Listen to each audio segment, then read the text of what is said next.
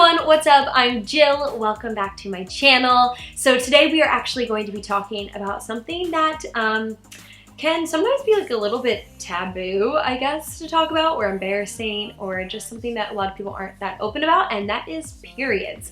And so I want to take you through like an embarrassing story that I have about my period, and then also just like some general things about periods. Before we get into the video, I want to please remind you, if you're new here, to subscribe to my channel. We're going to be doing a lot of different kinds of videos this year. Some of the stuff that I've already been doing, like DIYs, fashion, that sort of stuff, but I want to incorporate in a lot more things sort of like this video where we're talking about sort of embarrassing and real subjects that sometimes you feel like you don't have anyone in your life you can talk to about, or you're too embarrassed to talk to about. Instead, you can come and listen to me talk about embarrassing things and ask me questions in the comment section, or talk to me about it, or just get general advice from me here on this channel. So if you're interested in that, make sure that you subscribe, and also make sure you check me out on all my social media, my Instagram, Snapchat, Twitter. All of that is going to be linked down below. And with all that being said, let's go ahead and get into the video. So as I mentioned, I want to kick us off with a sort of embarrassing story about my period, mostly because I just want to sort of be like, look, everyone has embarrassing things happen involving their period. Honestly, it's just like, unfortunately, a part of life. And I can think of a single woman that I know who is a part of my life who doesn't have an embarrassing period story to share. So here is one of many of mine. So I was probably in 9th grade, and I was really good friends with this guy. We had done theater together for a long time, and yeah, so we were hanging out one night, and I was going to spend the night at his house. So when it was time for us to go to bed, I went ahead into the guest bedroom and got ready for bed, and I don't remember if I had my period already or if I was about to get my period. I think that I already had it, and it was like my super heavy day, and at that point in my life I would have like 3 or 4 really heavy days because I had a terrible time with my period. We will talk about that more later, long story short, when I woke up in the morning, I had leaked on the guest bedroom bed, and I was so embarrassed. Like, first of all, I was at a guy's house, which is like, just like guys, especially in like high school, absolutely do not understand periods, and they're gonna be grossed out by it, and you know, high school boys are annoying and immature.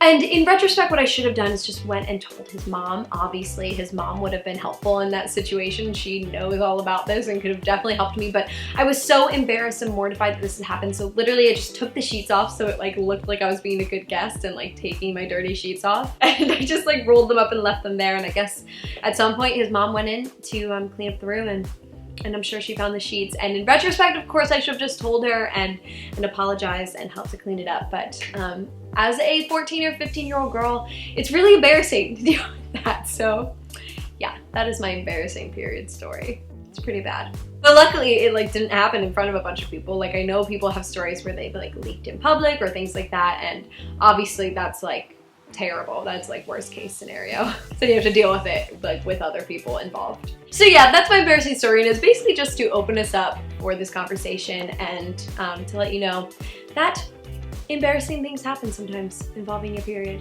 So now that we have that story out of the way, I want to talk to you guys a little bit about the difference between pads and tampons. Now, obviously this is all a matter of personal preference. When I was growing up, I only used pads. Now I only use tampons. Some people use a combination of both. It's really up to you. And there are pros and cons to both, and lots of different kinds of both. So as far as pads go, obviously they're all different sort of like sizes depending on how heavy you are, from just like little panty liners to like full overnight, feels like you're wearing a diaper pads. And I think we've all been there where we have worn those. And I think the sort of like con as far as pads go is it's just like sort of gross. Like, you're basically just sitting in all of the menstrual blood, which is sort of gross when you think about it. And obviously then you need to carry around some sort of like wipe that is safe to use down there. That way you can sort of clean up if anything gets really gross. So yeah, that's sort of the con of that. But of course, when it comes to tampons, there are cons as well, such as making sure that you change it frequently enough, because you can get toxic shock syndrome, which is really bad and really dangerous. So they normally recommend that you change it every 3 to 4 hours, which makes it really inconvenient for nighttime, obviously, because you don't want to have to wake up every 3 or 4 hours. I'm sort of paranoid about that, so I do change my tampons especially in the beginning of my period, very often. Towards the end, I'm changing it maybe every 6 hours because it tends to be very light. And I do not wake up in the middle of the night to change my tampon, although I probably should. But obviously that's personal preference. And as well as pads, there are lots of different kinds of tampons as well, sizes. You have like light, normal, and super, and then I think there's like extra super, just like one more higher up from that. I recommend that you give both a try and then decide which will work best for you and your lifestyle and your needs. Everyone's period is different. The next thing I want to talk about with periods is actually tracking your period, and this can be really important, especially like when you first start getting your period, maybe for the first year. So for me personally, when I first got my period, I was super irregular for like years and years and years. I would get it like twice a month or like once every 3 or 4 months. It was just totally random, and it made it really hard to keep track of, and obviously opened me up for lots of opportunities where like I wouldn't know that I was about to get my period and I wasn't wearing the right thing, or I didn't have tampons on me, or whatever the situation was. And so I actually got on birth control just to help regulate that. That's literally the reason why I first got on birth control, because then you know the specific week when you're going to get your period, and it just is a really helpful tool for people out there who are interested in something like that. But obviously that's a totally personal choice. So moving away from that, when I first got my period, in the Stone Ages, no one had smartphones, so I would actually just put a little P in the corner of my calendar. That way I would know what day I got it, and I could keep track of like a month from then, if I was gonna get my period then again, or if I was going to get it before then, or whatever, just to try to keep track of it. That way when I did go into my doctor to talk to him, and they were asking questions like, do you have an irregular period or a regular period? I could like give them some more information about that, how irregular it was, how often I was getting it, and I had like a firm, like I wasn't like, oh, maybe this often. Like I could actually go through my calendar and look at it. Now they have apps on smartphones that you can handle those things. I feel like everyone has a smartphone nowadays, so you guys can definitely check out some of those apps. I don't track my period anymore just because my birth control does the tracking for me, but I know that there are apps out there, so definitely go and explore some of those if you're interested. Or do it old school like I did, just put a little P in the corner.